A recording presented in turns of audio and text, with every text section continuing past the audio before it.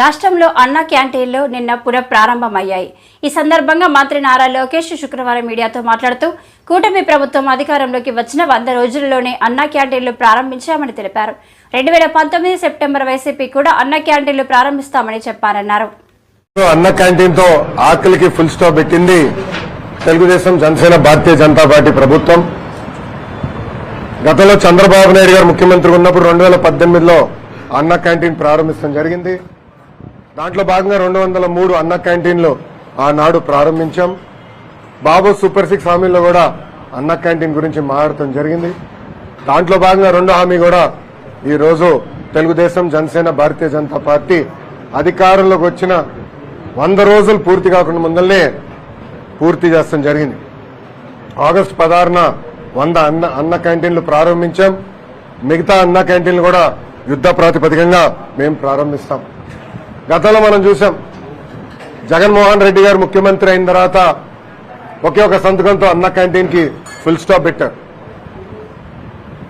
ఆనాటి municipal administration శాఖ మంత్రి గారిని కౌన్సిల్లో నేను నిలదీసినప్పుడు 2019 సెప్టెంబర్, అక్టోబర్లో మేము మళ్ళీ అన్న క్యాంటీన్ ప్రారంభిస్తాము అని ఆయన చెప్తాం జరిగింది. ఫ్లోర్ ఆఫ్ ద హౌస్ లో చెప్తాం జరిగింది. కానీ నాకు ఊసే లేదు.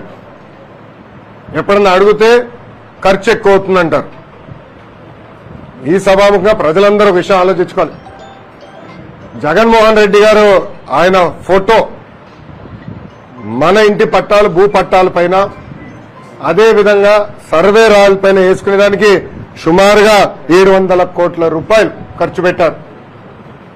ఇంకో పక్కన ఆయన ఉండేదానికి విశాఖపట్నం ఋషికొండలో 500 కోట్ల రూపాయలు ఖర్చు పెట్టి ఒక అద్భుతమైన ప్యాలెస్ కట్టుకుంటాం జరిగింది.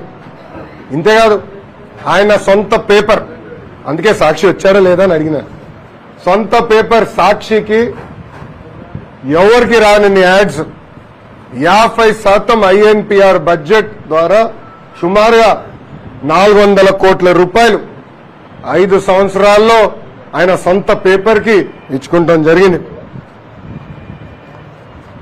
సంవత్సరానికి ఈ 203 అన్న క్యాంటీన్లు నడిపించాలంటే సుమారుగా 200 కోట్ల రూపాయలు ఖర్చు అవుతుంది. అంటే జగన్మోహన్ రెడ్డి కట్టుకున్న ప్యాలెస్ బదులు నిరుపేద కుటుంబాలకి అన్నం 3 పూటలు పెట్టుంటే, భోజనం 3 పూటలు పెట్టుంటే 2.5 సంవత్సరాలు ఆ డబ్బులతో పెట్టుండొచ్చు. లేదంటే సాక్షికి ఇచ్చిన డబ్బుల ద్వారా 2 సంవత్సరాలు పెట్టుండొచ్చు. లేదంటే ఆయన రాలేసుకున్నాడే, ఇది సర్వే రాలు, లేదంటే ఆయన మొహం పెట్టుకున్నాడే ఏదో మన ఇది పాస్బుక్ మైన, దాని ఖర్చు పెట్టి బదులు అన్న క్యాంటీన్ కానీ డబ్బులు పెట్టుంటే 3 సంవత్సరాలు నడిపించుండొచ్చు, 3.5 సంవత్సరాలు నడిపించుండొచ్చు. ఈ సభాముఖంగా ప్రజలందరినీ ఆలోచించమంటున్నా. విశ్వవిఖ్యాత నరసార్వభౌమ స్వర్గీయ నందమూరి తారక రామారావు గారు పదే చెప్పారు, పేద ప్రజలే మా దేవుళ్ళని.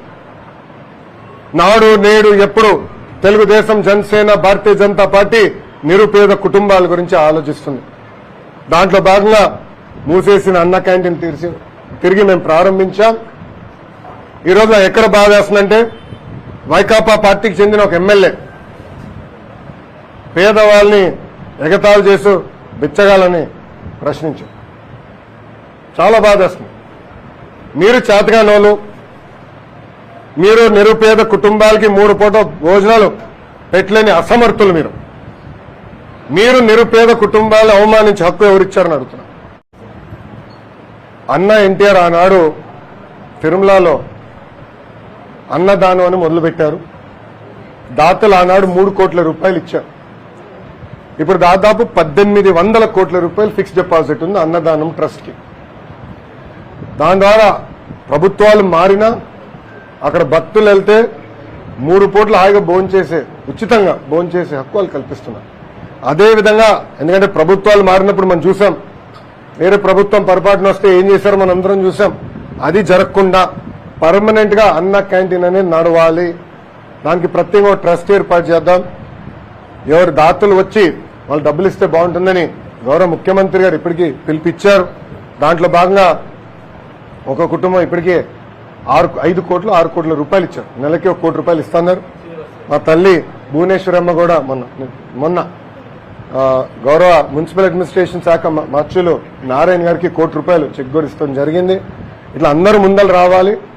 ఇదొక పవిత్రమైన బాధ్యత మంది. ఆకలి లేని ఆంధ్ర రాష్ట్రం తీర్చిదిద్దాల్సిన బాధ్యత మనందరి పైన ఉంది. కలిసికట్టుగా మనం అది సాధించగలుగుతాం. ప్రభుత్వ ఆలోచన ఒకటే, ఒక ట్రస్ట్ ఏర్పాటు చేయాలి, ఫిక్స్డ్ డిపాజిట్ ఉండాలి. ప్రభుత్వాలు పొరపాటున మారినా ఎట్టి పరిస్థితుల్లో అన్నా క్యాంటీన్ అనేది ఆగకూడదు.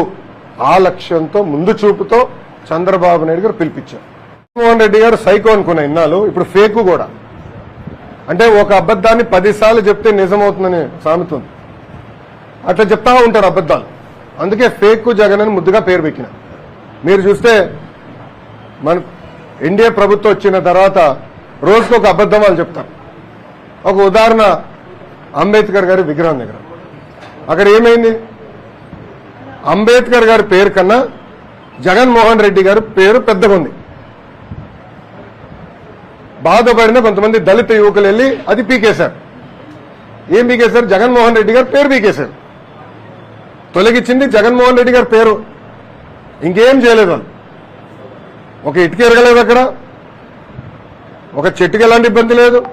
కానీ ఇప్పుడు అది పెద్ద గోల్ చేస్తున్నారు. ఏదో అయిపోయింది.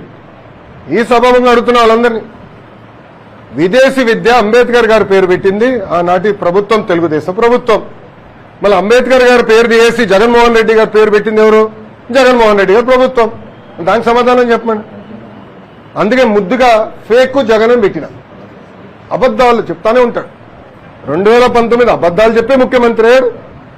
ప్రతిపక్షానికి వచ్చిన తర్వాత కూడా, పులివెందుల ఎమ్మెల్యే అయిన తర్వాత కూడా అబద్దాలు ఈరోజు చెప్తున్నారు.